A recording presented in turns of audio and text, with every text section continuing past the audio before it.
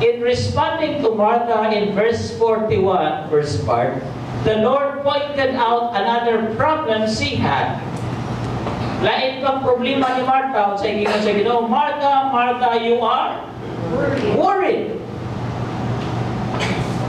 Jesus did not tell us what she was worried about. What nasulti ko sa nakapabalaka ni Martha. Maybe she was worried that the food will not be enough for all of the visitors.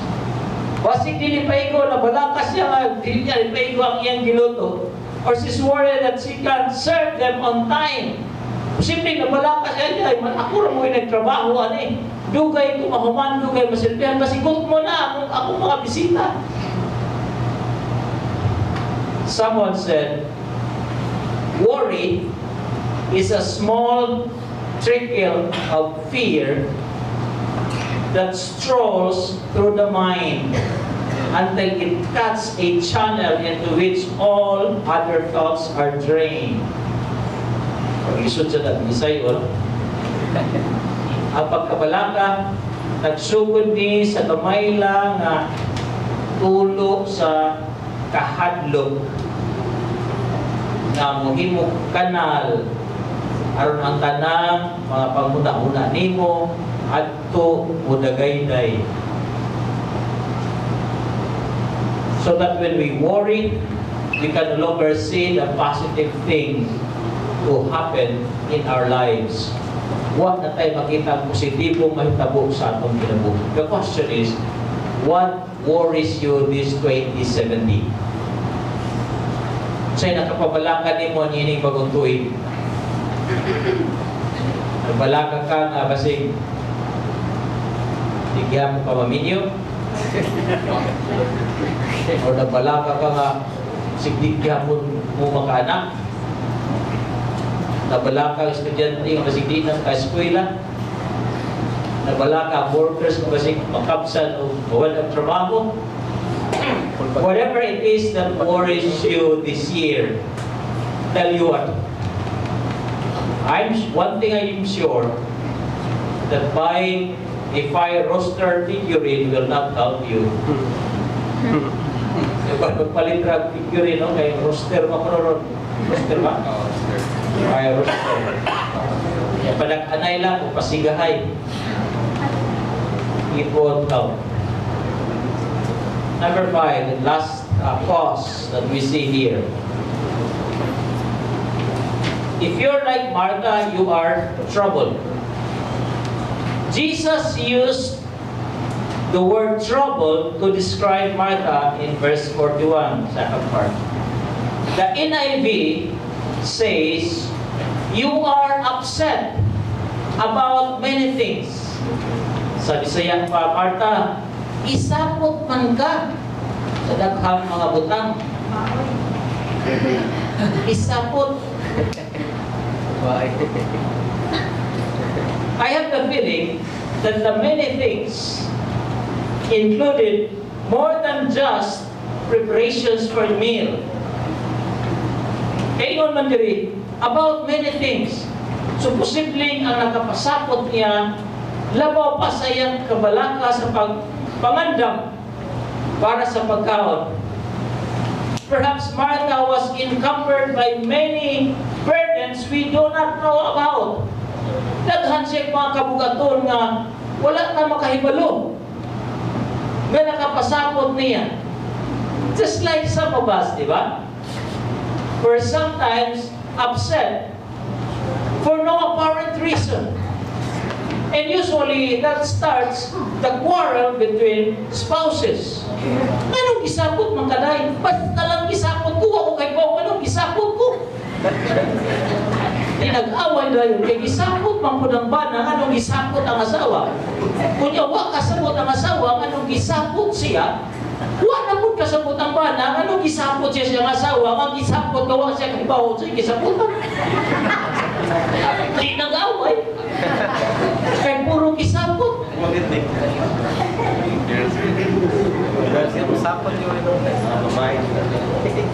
Why did Jesus expose that feeling that was inside Martha? Ano bang yan pamagitan i-expose ang nasa sunod ra ni Martha? I believe that Jesus wanted her to deal with it honestly, knowing that it could harm her, destroy her, even more, physically and emotionally. Gusto ni Jesus nga i-deal ni Martha ka na iyang sapot. Simling siya kahibaw sa iyang isaputan, i-expose ni Jesus, aron iyang i-deal ka na iyang pagkasaputon. Kasi saputon sa inyo. I-deal ang pagkasaputon kay makadaot sa kinabuhi. Dili lamang sa gisapot, hapon sa iyang gisaputan, nawa niya may bali ang rason. When Jesus' disciples felt troubled, Jesus told them in John chapter 14 verse 1, "Don't let your heart be troubled. Believe in God, believe also in me." Those are 5 causes that we see here of tiredness. But we will not end there. We want to find cure for tiredness.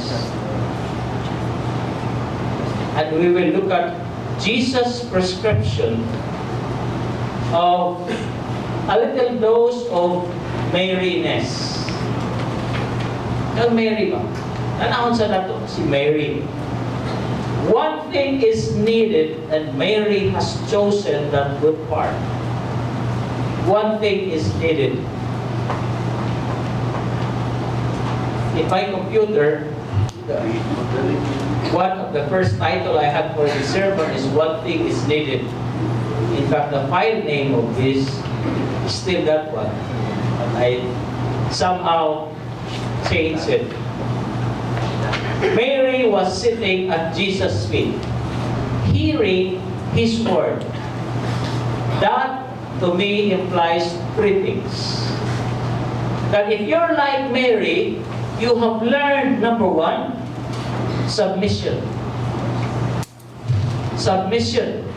The phrase, "at His feet," occurs 16 times in the Bible.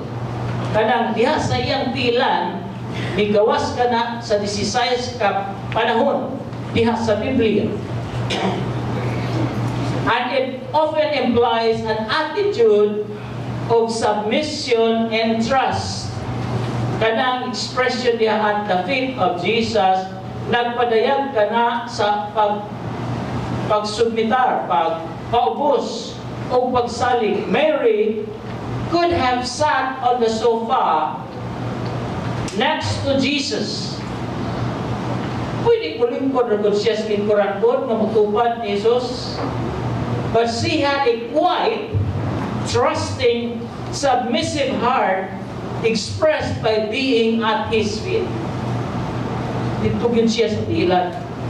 Wa siya magtupad o lingkod, dito yun siya sa tilan ni Jesus. Mary took the position of being a disciple or a learner sitting at the feet of Jesus. It is at the feet of Jesus that we find comfort and rest. And it is in submitting ourselves to Him that we find real meaning and fulfillment of our lives. Diha sa pagpaubos, diha sa paglingkod sa tiilan ni Jesus, makaplaga nato ang tinureng kahulugan, fulfillment sa atong kinabuhi. The word of Jesus is like a soothing balm to our injured souls. The question is, whose feet are you sitting at? Whose influence are you submitting yourselves to? Kang kinsa man ka naminaw, kang kinsa man ka nagpawos, kang kinsa man influence ang imong gisunod, kinsa man ang imong gisundog-sundog, kinsa man itong gisundog-sundog karon? Ha? Kada mga nasa television. Isa lang ipamutang sa mga television. Katog yung mga gwapo, mga gwapa. So, aron kung sa ilang mga produkto na ilang i-endorse, imo pong sundon. Ya, sige na lang magpalit sa produkto nga ilang i-endorse, huwag man mo parihag yun na imong naong sa ilaha. Nakikapoy, nasa hinuon ka. Kisa may atong barkada na may nakapa-influensya na to. Tanawa ko nun ang imong barkada. Kanang imong kuyog-kuyog. Kinsa ba na? Kung sa mga klase sa tao na imong gisunod-sunod. Imong gisunod-sunod. Secondly, if you're like Mary, you have learned devotion. We will see a similar scene in John chapter 12 with the same Mary is at a dinner party. Once again, sitting at the feet of Jesus, washing his feet with perfume and wiping them with her hair. In other words, Mary found in Jesus the fulfillment of her life, so that she dedicated her life to Him and learned to be loyal to Him. Nakaplagan ni Maria diha kang Jesus ang kahulugan o katagbawan sa iyang kinabuhi, pangayang i-dedicate iyang kinabuhi at kaniya. There are many things we can devote our lives into. Daghang mga butang pwede atong i-devote, i-google ang atong kinabuhi ni aning mga butang. Some of us devote our lives to our work. Some of us devote our lives to our family, to the business, to the boyfriend, to the girlfriend. And lately, many of us devote our lives to the gadgets. There are many things that we can devote our lives into. But my prayer is that this year, we make Jesus and His Word our devotion. Him. And lastly, when you're like Mary, you've learned communion.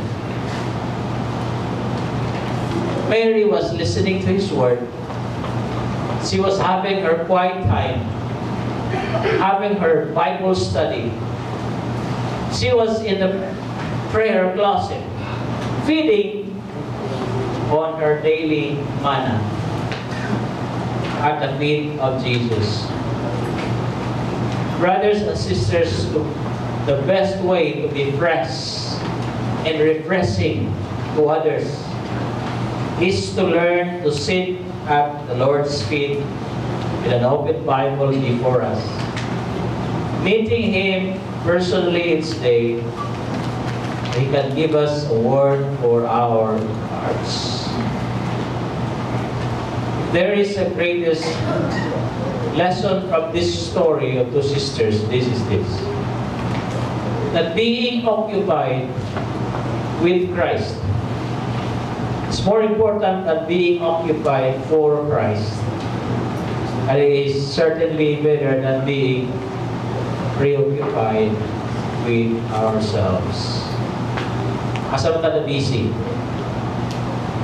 Mas maayo kung mabisi ta kaniya, kauban niya, kaysa mabisi ta para niya, labi na mabisi ta para sa atong kauban. Are you so busy and upset that you're neglecting the cultivation of the soul and failing to do that one thing that Jesus said was needed and the most important of all? As the old song says, take time to be holy. The world rushes on. Paghatag ng panahon, aron pabalaan, kaya ang kalibutan ng dali. Nagdali. You have to take time to be holy. Remember,